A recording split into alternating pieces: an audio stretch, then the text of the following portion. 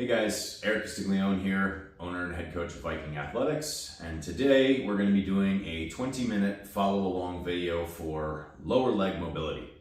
So we're going to focus on the calves, we're going to focus on the tibialis, which is this smaller muscle in the front of your shins. A lot of times that's a problem area for people that get shin splints, and just general ankle mobility.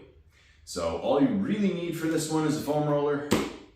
If you have access to some kind of weight, kettlebell, dumbbell, I don't know, even a paint can, a plate, for the very last drill, that's going to come in handy. So this mobility series is good for anybody that spends time in a flexed foot position, runners, cyclists, rowers, or if you do a lot of jumping, this could be beneficial for you as well. The very first drill we're going to use does not require any equipment at all. What you're going to be doing is using your shin bone to roll out the opposite leg, hence the name bone saw. Sounds terrible. It's a good one. We're going to put a running clock on this, and once again, we're going to do 2 minutes per drill. There's 5 drills. I'm going to do each side, so 20 minutes total if you follow along. All right, I've got 20 minutes on the clock, starting now. So, for the bone saw, I want to cross the shin bone of one leg across the Achilles tendon to the other. So you might be able to see it a little better if I pull up the pant leg here. And what I want to do is really make sure that I'm getting that shin bone into my tissues. From here, I'm in a quadruped position. It's not applying a whole lot of pressure. I'm actually going to use my body weight as I sink down. My right leg here is now digging into my left. And I can kind of pulse back and forth. We're going to do what we call PNF stretch, where I sit down for 5 seconds. And then I'm going to relax for 5 to 10. I can move my legs to find a crunchier part of the Achilles. Same thing. Hold it for a 5 count and relax from there. If you don't feel any pressure, try to move your mobilizing leg to the outside a little bit more and try to slide your other leg down so you're really getting that shin bone in there. To be fair, this does require a fair amount of hip flexibility. So if you're struggling to rotate your legs, we can go back and revisit the lateral hip mobility series that we did, and that would be a good way to start loosening some of that up. But a lot of times it's the Achilles that gets really gunked up, and it pulls on everything upstream, your hamstrings, etc. It's 2 minutes. We're going to switch to the other side. So I'm simply flipping my feet here. Ooh, this side's a little bit crunchier on me. The other thing that I can do is try to move. So I can kick this leg out and back as I'm sawing through it. So we do that with foam roller. We rotate from side to side in order to get some kind of sawing action. I can literally do that here. Sit back up, apply more pressure, and always remember to breathe. We don't want to cross a 4 on the pain scale here. So again, scale of 1 to 10, 4 or less. Moving on up on the Achilles. I was just saying that a lot of times when this gets pretty jammed up, you'll feel it in your calf. You'll feel it right where the calf meets the hamstrings, behind the knee. You might feel it in your glutes or low back. I know for me, when my calves get all gunked up, it pulls on my low back, and that's when I have low back tension. So a lot of people focus on the hamstrings. I encourage people to go lower and focus on everything in the lower leg. We got about 30 more seconds here, and then we're going to move into a foam rolling series.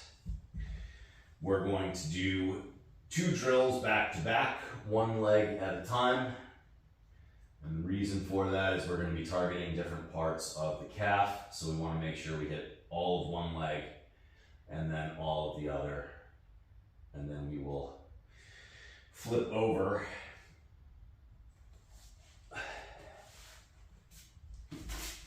So now we got the low end of the calf. I now want to get the upper end behind the knee. I just mentioned that can get pretty well gummed up. So we're going to focus specifically on the high calf. I want 1 leg on foam roller. The other one I can post up to try to modulate some pressure. This can get fairly uncomfortable. And I'm mostly sawing back and forth, side to side. I'm also moving up and down as I need to. If that feels okay, we can get a little bit more tension and pressure by crossing the other foot and raising our hips off the ground. So again, I'm going to spend 2 minutes specifically focused on this area, and then I'm going to do 2 minutes moving up and down my entire calf. I may have miscalculated. This may actually be a 24-minute drill.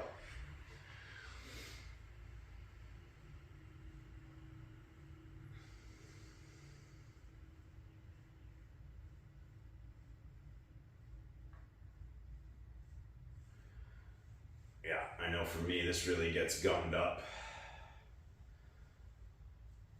My calves are usually, especially after running, or we just did CrossFit Open 24.2, had a lot of double unders, so a lot of jumping in there. My calves start to feel like concrete, and I know that everything in that system gets pretty jammed up. So this series is great for me. I start with the Achilles on the bottom, get the top, and now it's been 2 minutes here. We're just gonna roll up and down the length of the calf. Same thing, sawing back and forth, side to side, as we work our way down. My outer edge there is particularly crunchy, so we're gonna focus a little bit on that. Rolling side to side here to saw through that as I move down. I can also use my other leg to pin it in place, and then I flex and extend my left foot there. I think I forgot to mention it at the beginning of the video, but you do want to be shoeless for this one, particularly for the bone saw. If I'm wearing shoes, just the fabric of the shoe going up your ankle makes it a little bit difficult to access all the different ranges of motion here with the foam roller and with your shin for the bone saw. So we got 1 more minute here. Really crunchy on that side. And it is funny to see how it happens. My left Achilles was okay, but this is called the gastrocnemius, the biggest muscle in your calf. You got the inside and the outside, and even though this Achilles seemed okay, it's the outside gastroc that seems to be the tightest for me here. Inside doesn't seem to be too bad. So you never know. It is possible to have different hot spots on different sides of your body. None of us is perfectly symmetrical, and different things bear the brunt of it. Got 10 seconds here. I'm going to move to the other side. I'm going to start with the high calf right behind my knee again.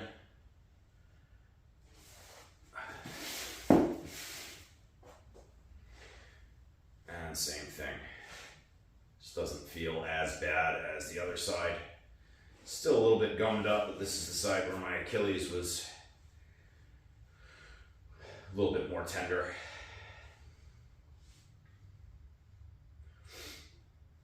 But sometimes we feel pain in the low back It might be on your left side and it's your right hip that's locked up. Everything crisscrosses at the hips.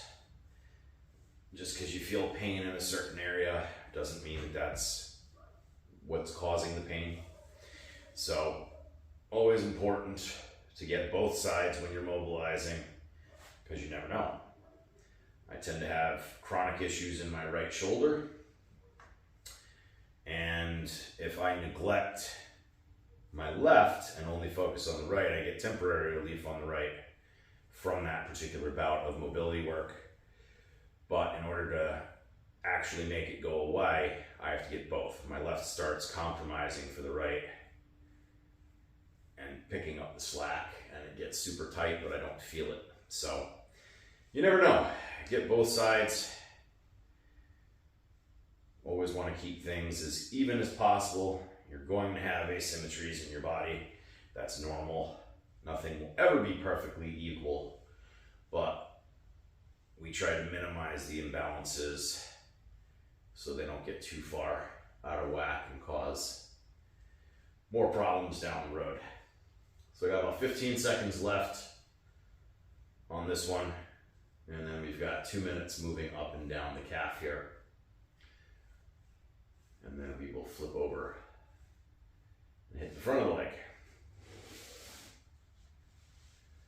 So I said the outside of my left seemed to be pretty crunchy.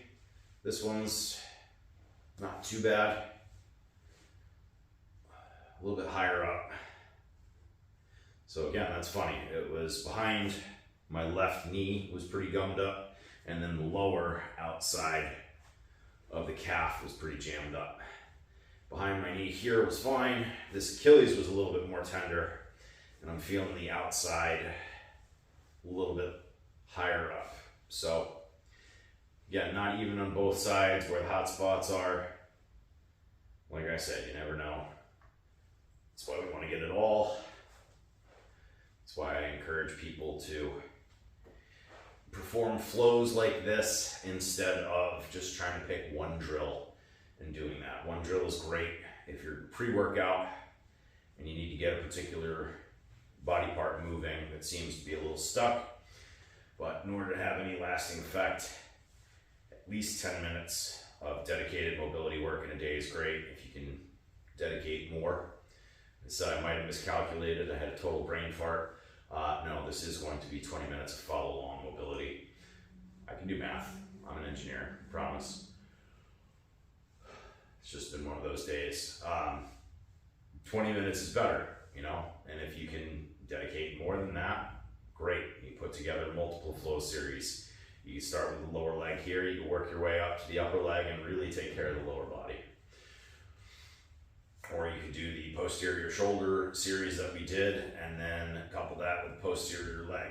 Mix and match. Get your whole body and really loosen things up. We got less than 10 seconds.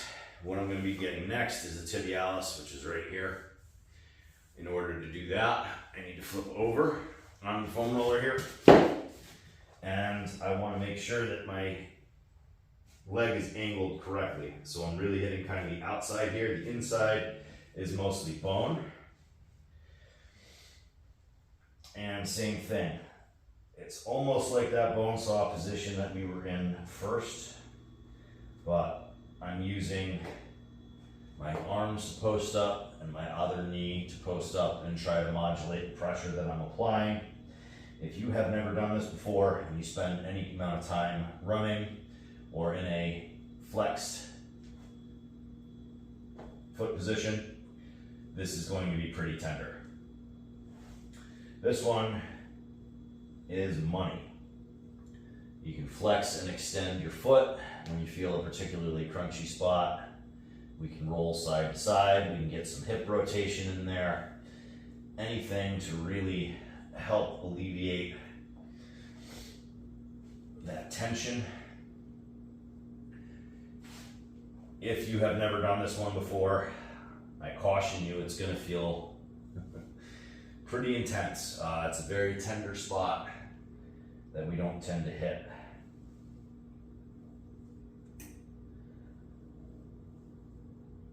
Or if you do hit it, You don't hit it enough. I certainly don't. A lot of times when people get shin splints, it's because this is locked up. So runners, definitely take note of this one. Between this and some hip work, you're gonna have some new best friends when it comes to mobility. And always remember to breathe. All right, 2 minutes on that side. Going to the other side. Same thing.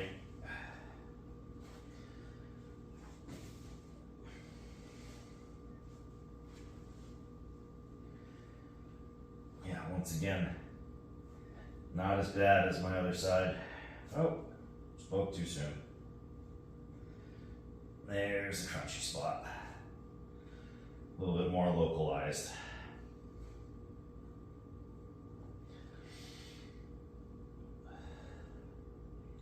But this is the often forgotten muscle that exists in the front of your shin. And that is a shame because it is the muscle responsible for flexing your foot. So you may get, if you ever get a cramp in your shin, if you're driving in a traffic jam and you're constantly moving your foot on and off the gas or on and off the brake, that's this guy. We got 1 more minute here, and then we're going to move into the last drill. The last drill is going to be holding a deep squat. A lot of times when we wear shoes, there's some kind of heel lift that elevates, well, what a lift does, it elevates the heel. When you elevate the heel, it makes it easier to sink into a deep squat. And it actually, if you have ankle mobility problems, it bypasses them, which is why people wear lifting shoes a lot of the time. One of the reasons anyway, there's a slew of them. So what we want to do is we want to be barefoot and sink into a deep squat. And we just want to explore some ranges of motion with our knees so that we can improve ankle mobility.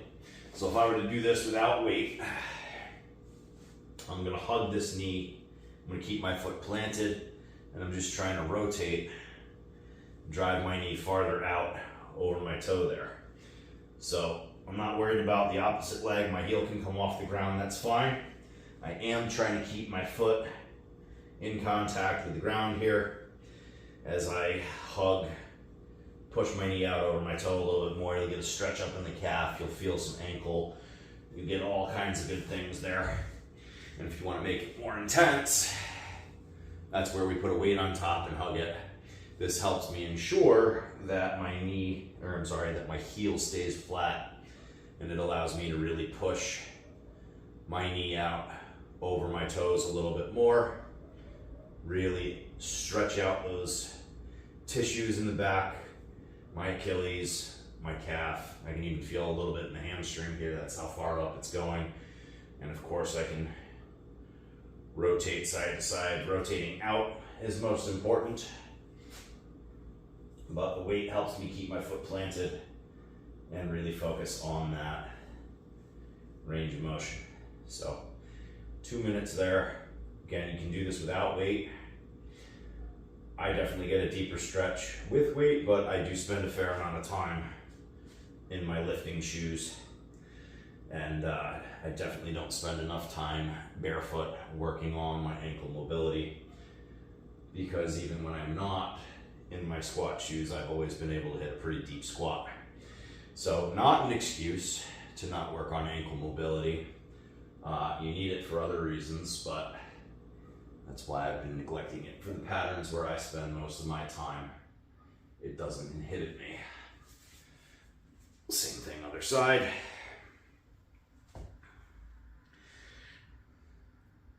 But every time I do get back into running, I tend to encounter some pain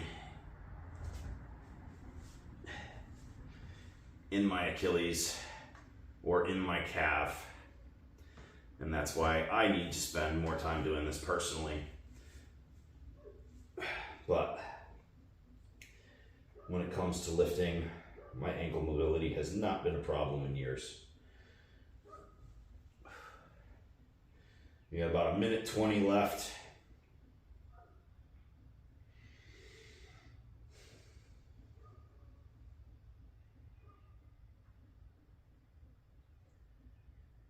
Yeah, that left Achilles already loosened up, but I'm definitely feeling it right here in my heel cord.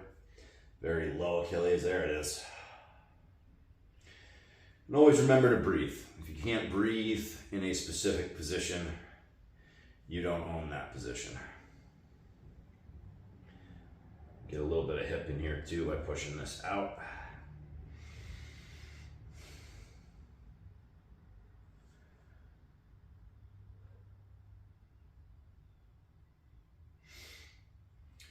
So to recap, the 5 drills that we did bone saw for the Achilles with each leg. We did high calf behind the knee for 2 minutes, into the entire calf for 2 minutes with foam roller. Then we did the same thing with the other side. Then we flipped over, we hit the tibialis with the foam roller for 2 minutes per side. And we are finishing in a nice deep squat with or without weight, just working on some ankle range of motion.